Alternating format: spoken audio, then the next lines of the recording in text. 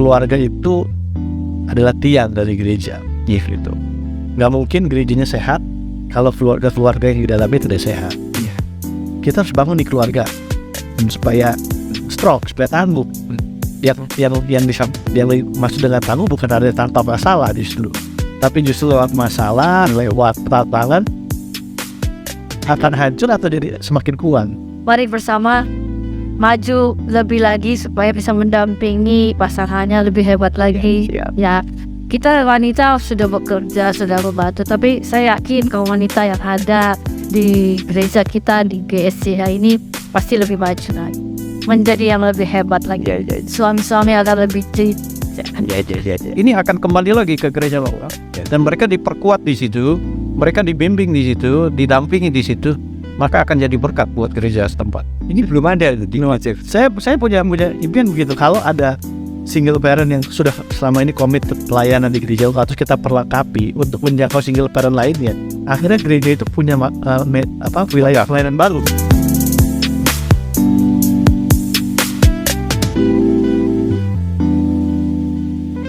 Halo, welcome back to IMM Channel. Hari ini suatu hari yang sangat istimewa sebab kita bisa mengumpulkan orang-orang yang sangat-sangat potensial di Gereja Sidang Jemaat Allah. Hari ini kita akan berbicara panjang lebar, jadi jangan tinggalkan channel ini, terus melihat, mendengar, sehingga apa yang dipaparkan boleh menjadi berkat bagi kita semua. Hari ini saya akan memperkenalkan suatu departemen yang luar biasa yang kalian harus tahu, yaitu Departemen Keluarga Tangguh. Apa tentang keluarga tangguh? Kita akan mendengar langsung dari pembina kita, Bapak Pendeta Samuel Handrinata. Saya persilahkan. Terima kasih Pak Daud. Ya, keluarga tangguh adalah sebuah nama departemen dari BPD 2 DKI.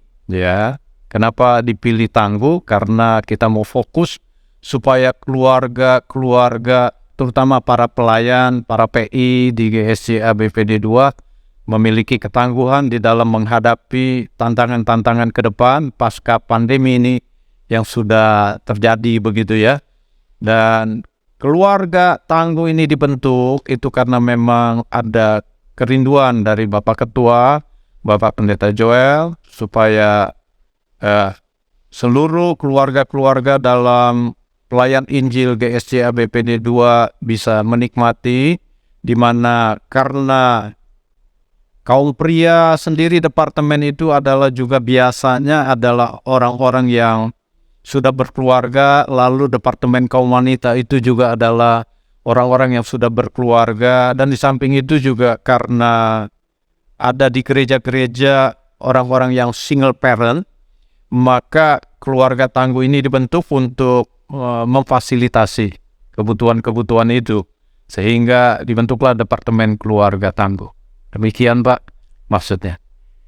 Saya rasa ini penting sekali sebab kita perlu menuju kepada keluarga yang tangguh.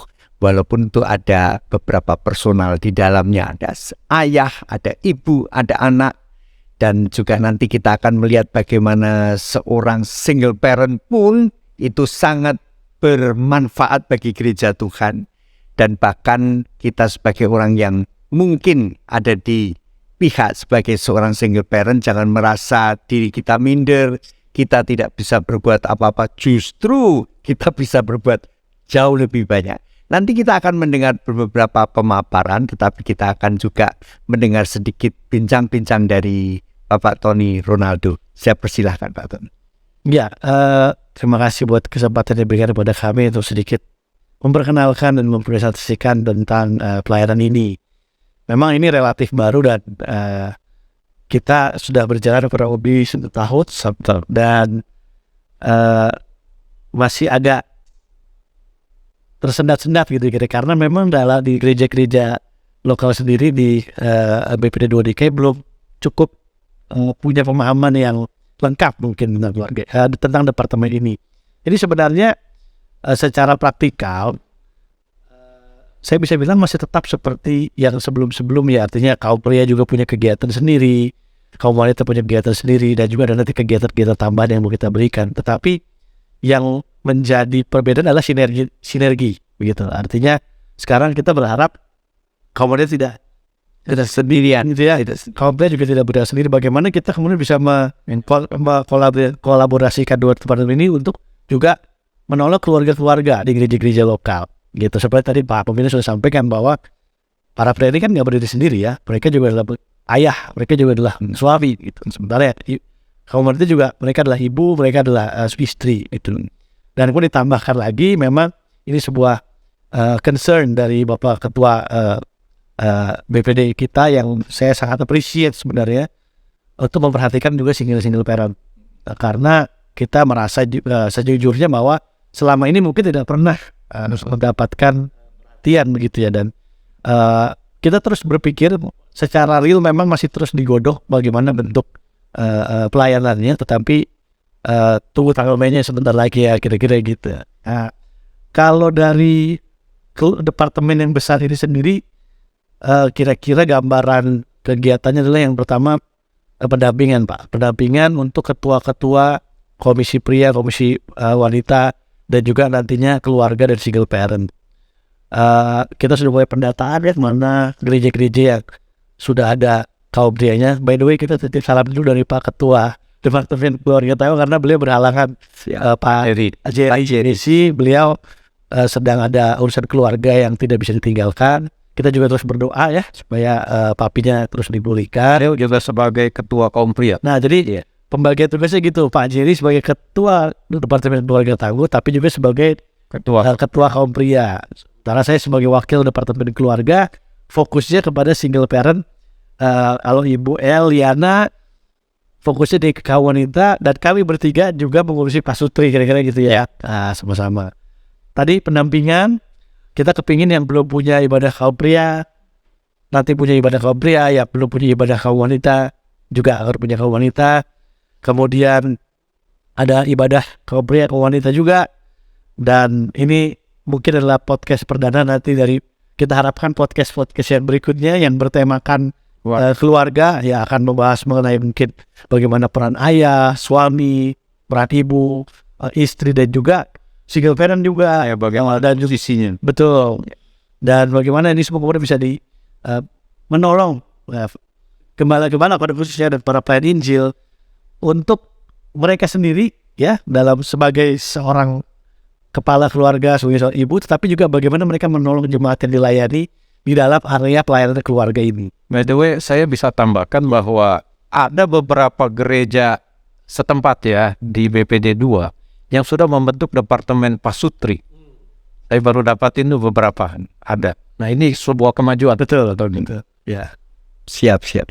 Dan ada dua kerinduan, ambisi yang cukup besar sebenarnya yang kita terus berdoa. Ya pertama itu kita mau adakan family camp, jadi semacam camp keluarga begitu. Ketua kaum prianya, ketua kaum wanitanya bisa ikut dengan pasangannya. Nah itu luar biasa. Misalnya para juga bisa ikut, para pengi juga bisa begitu, suami istri. Kemudian yang satu lagi kerinduan besar kami adalah membuat modul untuk konseling pranikah, karena kita lihat ada sih kita beberapa gereja setempat yang sudah memiliki, tapi kita kepingin membuat yang lebih terintegrasi begitu, dan mungkin nanti gereja-gereja yang sudah punya kita bisa minta juga untuk misalnya di laboratorium. Betul. Ya. Kami garap supaya akhir tahun nanti, tahun depan begitu, akhir periode udah bisa kita tawarkan. Ya orang dewasa muda lah ya. Ya, nggak mereka yang mau masuk ke jenjang pernikahan mendapatkan persiapan yang cukup. Sebelum kita bicara dengan Bu El, saya ini begini.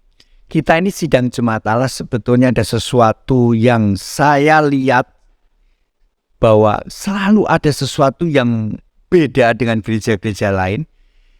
Baik itu departemennya yang begitu unik.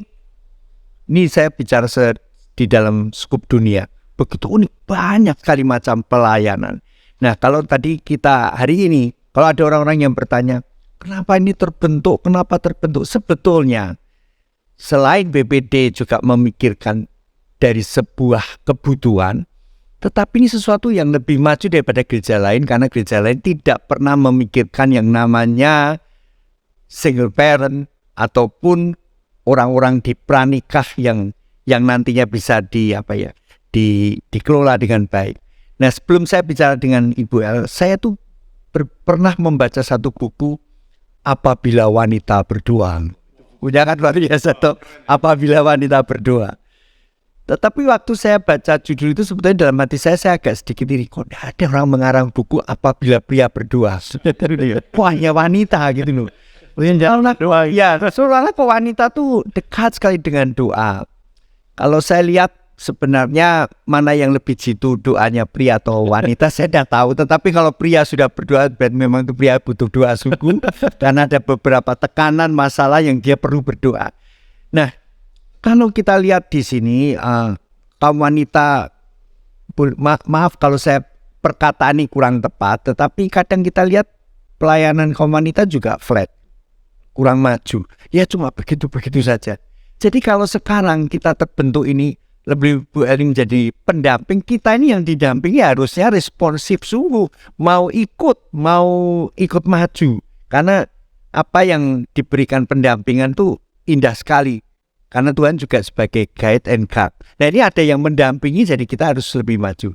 Kita dengar dulu apa yang dikatakan oleh Ibu El ya. Mari silakan. Untuk hari ini saya mewakili kaum wanita di DK ini. Sebenarnya ibadah seperti kata Pak Daud, kegiatannya sepertinya flat ya. Makanya kami selalu berdoa sebagai satu tim. Karena saya nggak bekerja sendiri, saya punya tim juga ya. Ibu Farida, Ibu Tiur, Ibu Reta, Ibu Uni. Masing-masing mereka ada wilayah 1 dan wilayah 2. Nah, kami bersama-sama untuk tahun ini kami mempunyai satu acara yang mungkin nggak flat ya. Kami mengadakan doa puasa. Kan biasanya kaum wanita kita ibadah. Nah, tahun ini ada doa puasa di mana kami mengundang setiap gereja mengirim wakilnya 1 atau 2 orang. Kita berdoa bersama di tempat yang sudah ada di Depok, Masjid Doa Salomo.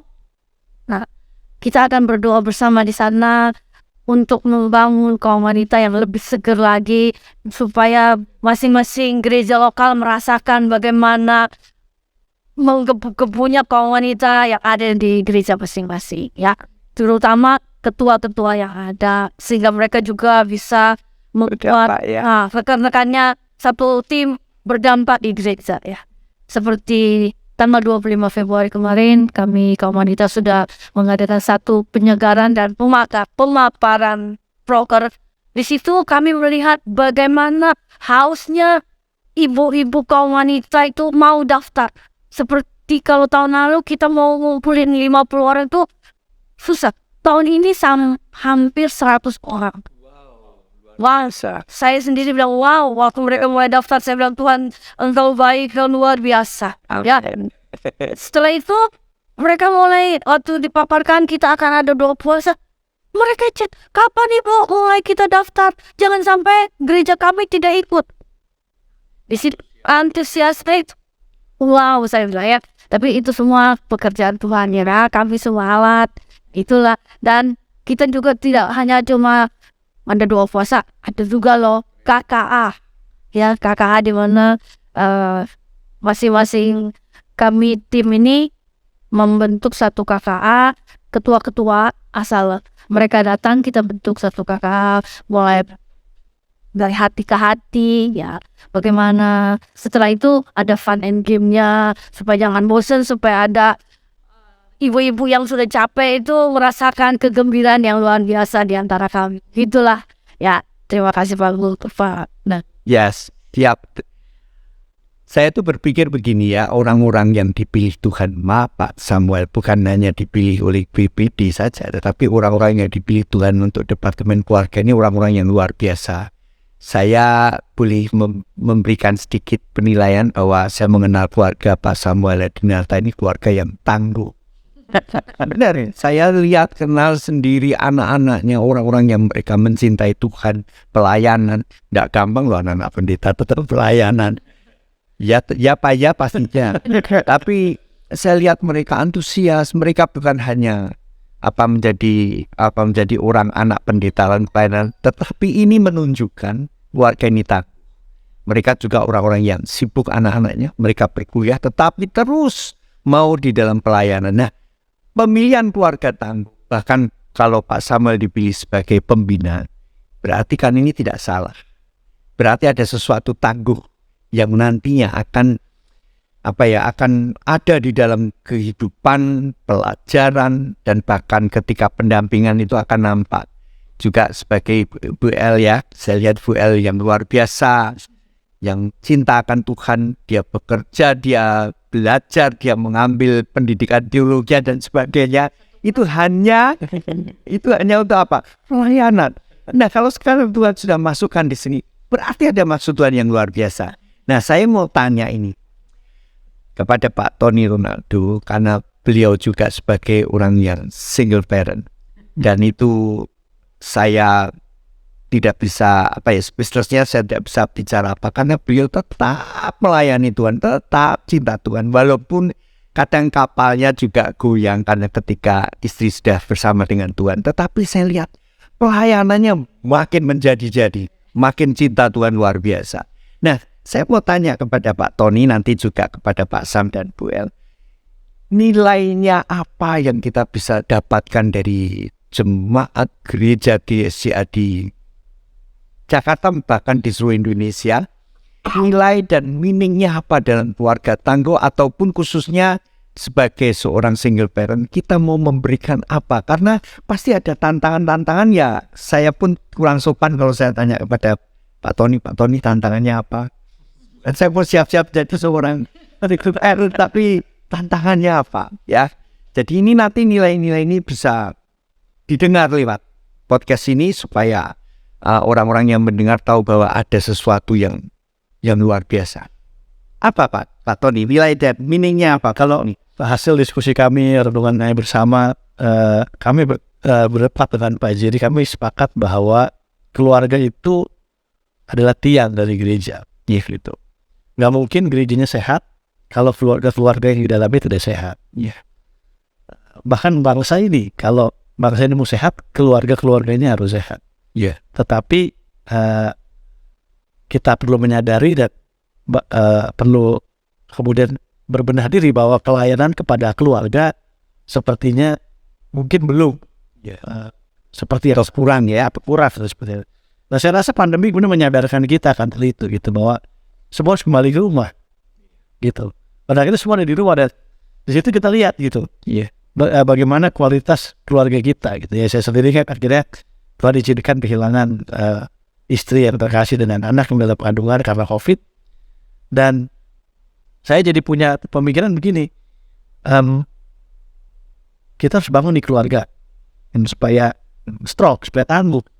Yang maksud dengan tangguh bukan ada tanpa masalah justru, tapi justru lewat masalah, lewat tantangan akan hancur atau jadi semakin kuat.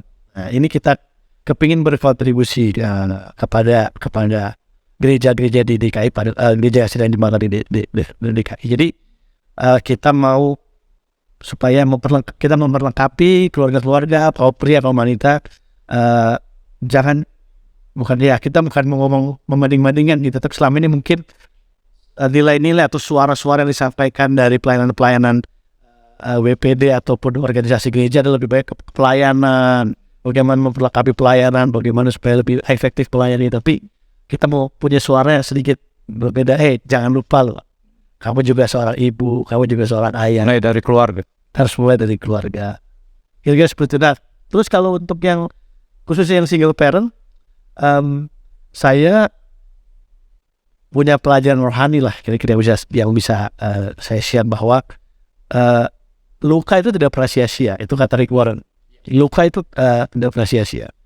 Dan ini guru saya sendiri, Pendeta Julianto, juga sering mengajar kami bahwa kalau masalah disimpan dia akan semakin berat, kalau masalah dibagikan dia akan semakin ringan. Kalau kebahagiaan disimpan dia akan semakin kecil, tapi kalau kebahagiaan dibagikan dia akan semakin besar. Jadi kita berusaha lewat pelayanan ini supaya let's be open, mari kita terbuka, siapa tahu bisa saling mendukung, saling menolong gitu.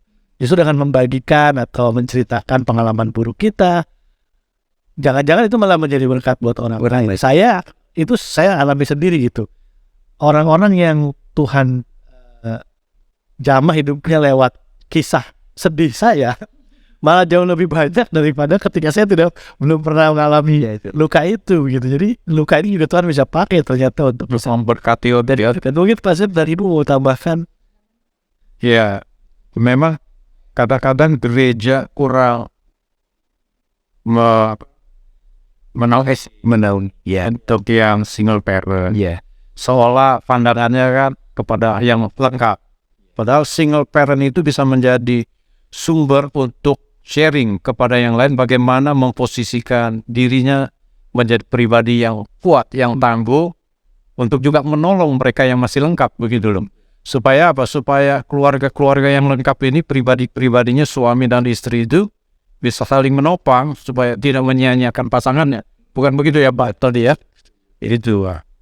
Memang gini, kalau saya melihat kita ini bukan asal saja bersaksi, tetapi apa yang Pak Tony alami itu adalah sesuatu kehidupan yang mau tidak mau memang Tuhan berikan, dan itu melewati perjalanan yang panjang. Kalau itu hanya untuk sebuah kesaksian pribadi, saya rasa itu sangat kecil.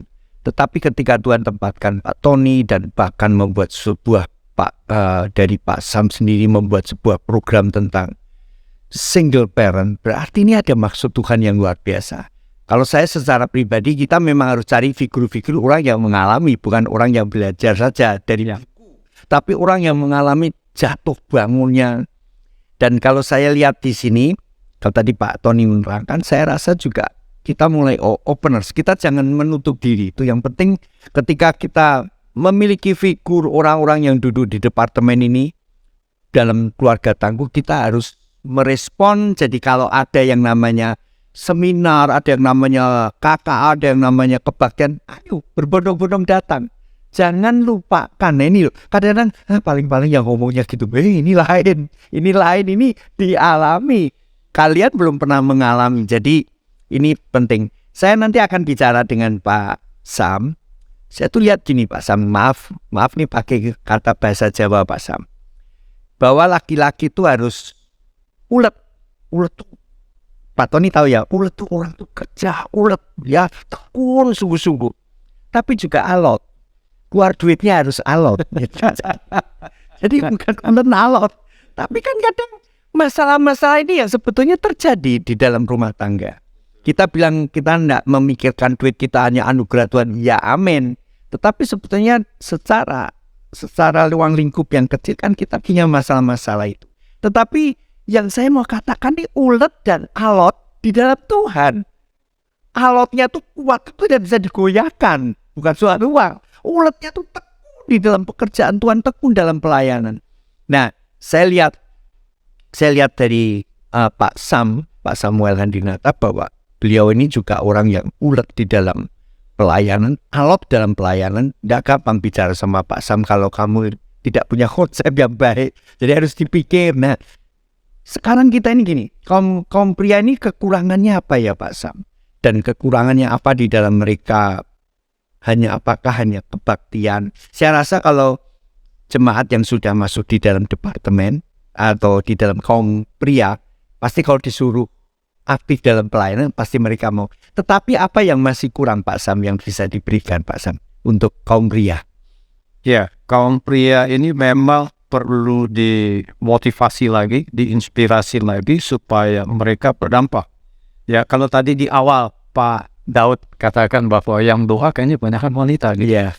Yang prianya kemana gitu kan. Ya. Nah, ini menjadi sebuah tantangan yang perlu dihidupkan di pria-pria GSJA, khususnya di BPD 2. Dan terutama juga di antara PI-PI-nya Pak. Iya. Kadang-kadang kita mengabaikan itu gitu kan ya. Nah, ini sebuah hal yang perlu menjadi konsentrasi. Karena kalau prianya itu baik, kuat gitu kan ya, dia menyokong, mendoakan pasangannya, kan wanita kuat doa. Berarti yang prianya doain wanitanya supaya lebih kuat. Nah, itu akan menjadi sebuah teamwork yang luar biasa Pak. Nah, oleh karena itu penting sekali bahwa Pak Jerry membuat sebuah program. Kalau saya baca programnya untuk kaum pria, tahun ini akan ada training to trainer untuk ketua-ketua kaum pria, di mana mereka diperlengkapi bekerja sama dengan DKPN, Departemen Kaum Pria Nasional. Sehingga mereka nanti bisa meneruskan kepada pengurus di gereja setempat. Kan kalau kami di keluarga departemen ini kan levelnya adalah sampai kepada ketua-ketua. Nah, ketua boleh mengundang untuk pengurusnya di dalam event-event yang kita buat. Ya, itu yang akan terjadi. Nah, kalau tadi di awal juga Pak Daud berbicara bagaimana supaya anak-anak bisa dilibatkan dalam pelayanan, itu memang kita punya target seperti itu. Yang ke depan nanti kita akan buat mungkin dalam bentuk talk show ya Pak Tony, karena Pak Tony yang akan garap. Ya, Pak Jerry juga ada, nanti single parent nih berdua, Pak Jerry dan Pak Tony ini punya pengalaman bentuk single parent. Dan saya mendengar kesaksian mereka itu sangat memberkati. Bagaimana kami yang pria-pria ini harus menjadi pria yang sejati gitu kan, bukan sejati, yang penuh integritas untuk menolong keluarga. Nah, itu sebuah berkat yang luar biasa. Saya baru ketika udah menunjuk mereka untuk di departemen, pas gitu loh.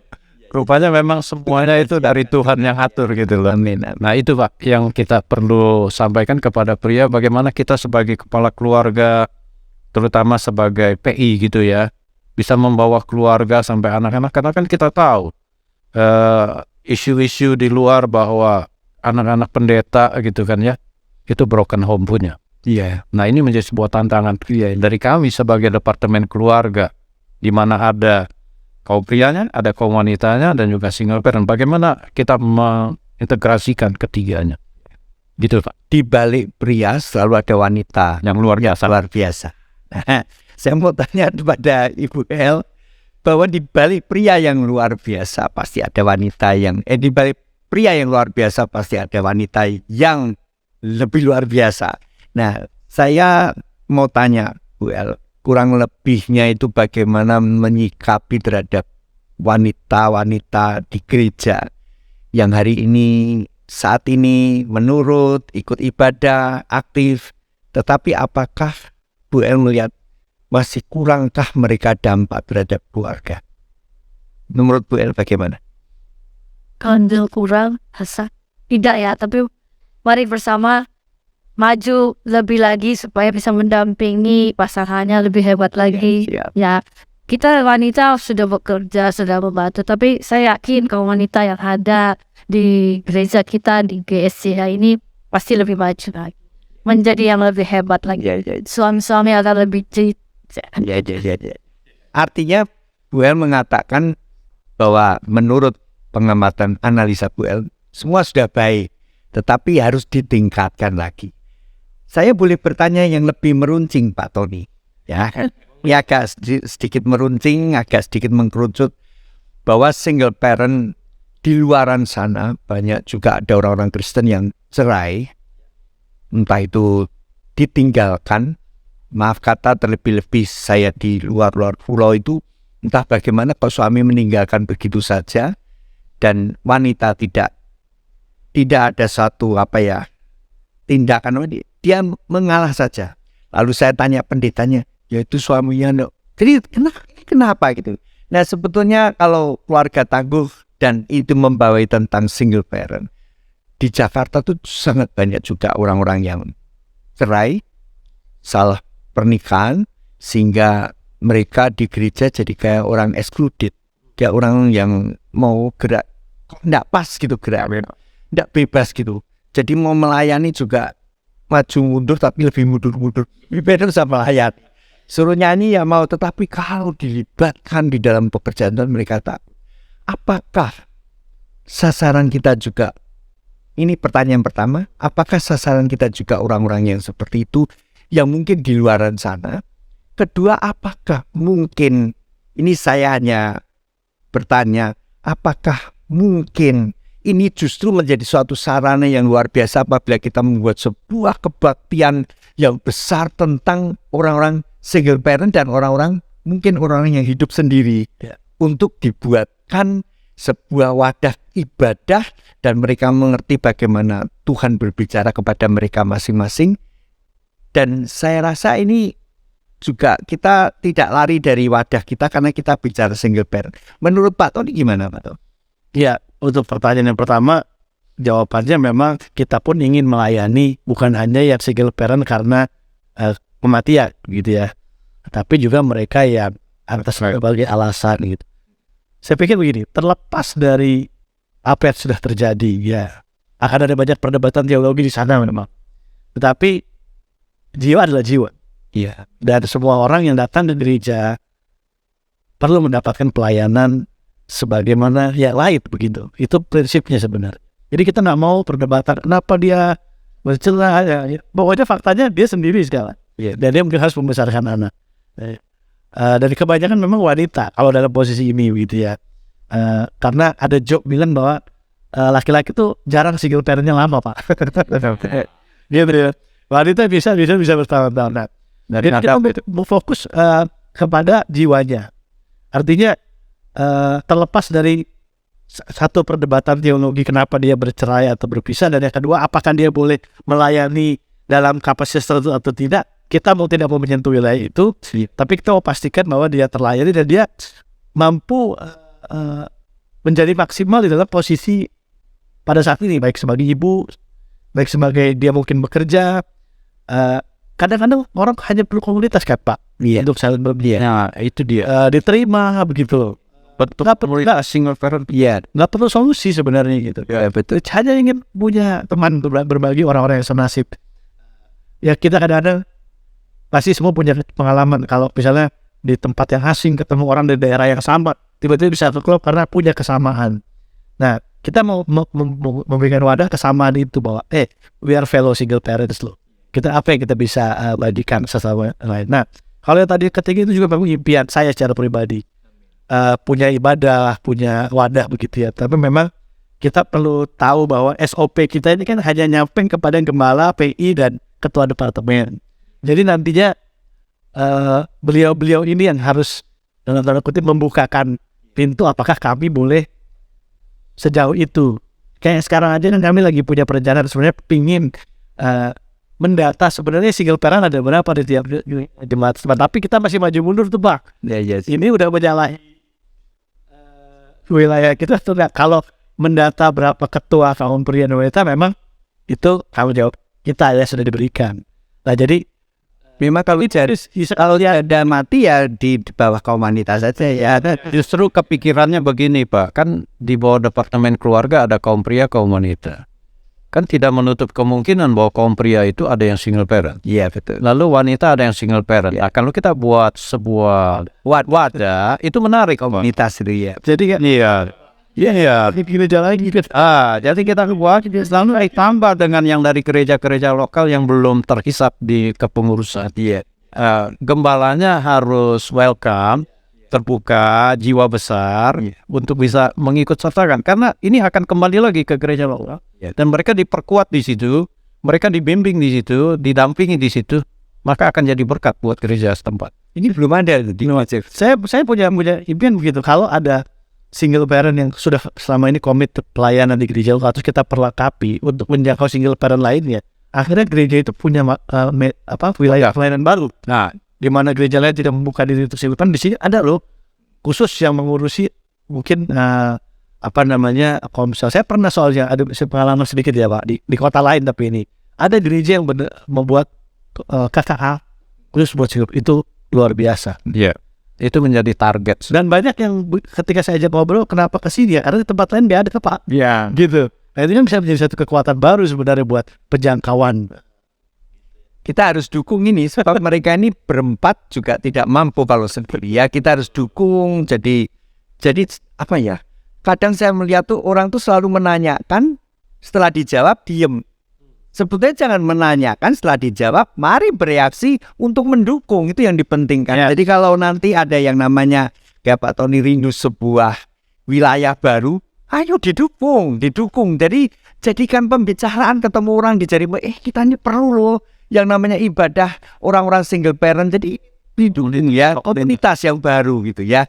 Jadi Untuk penutupnya ya, untuk penutupnya saya rindu untuk nanti Pak Sam boleh memberikan apa yang mendorong kami khususnya untuk gereja-gereja di Jakarta, dan kami rindu ini IMM kan sampai ke Indonesia bahkan ke seluruh dunia. Ya. Tolong Pak Sam memberikan dorongan encourage untuk kita ini supaya harus apa tentang Departemen Keluarga Tangguh ini. Mari Pak Sam. Ya, saya berpesan bahwa mari kita fokus kepada keluarga juga. Ya, kalau anak muda kan ada ya. Kalau keluarga ini kita fokus, karena dari keluarga inilah akan melahirkan gereja yang sehat, gereja yang tangguh.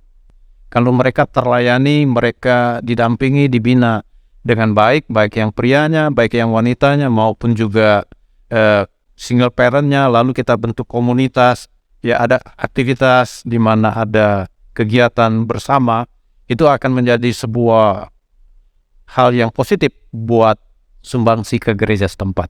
Jadi mari kita dukung sama-sama. Oke, baik, terima kasih buat tamu kita di MMM kali ini, yaitu Pak Sam, Bu El, dan juga untuk Pak Tony dan Pak Jerry yang saat ini berhalangan hadir.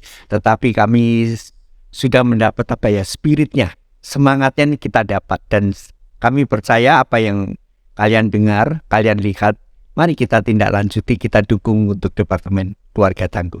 Tuhan memberkati, sampai jumpa.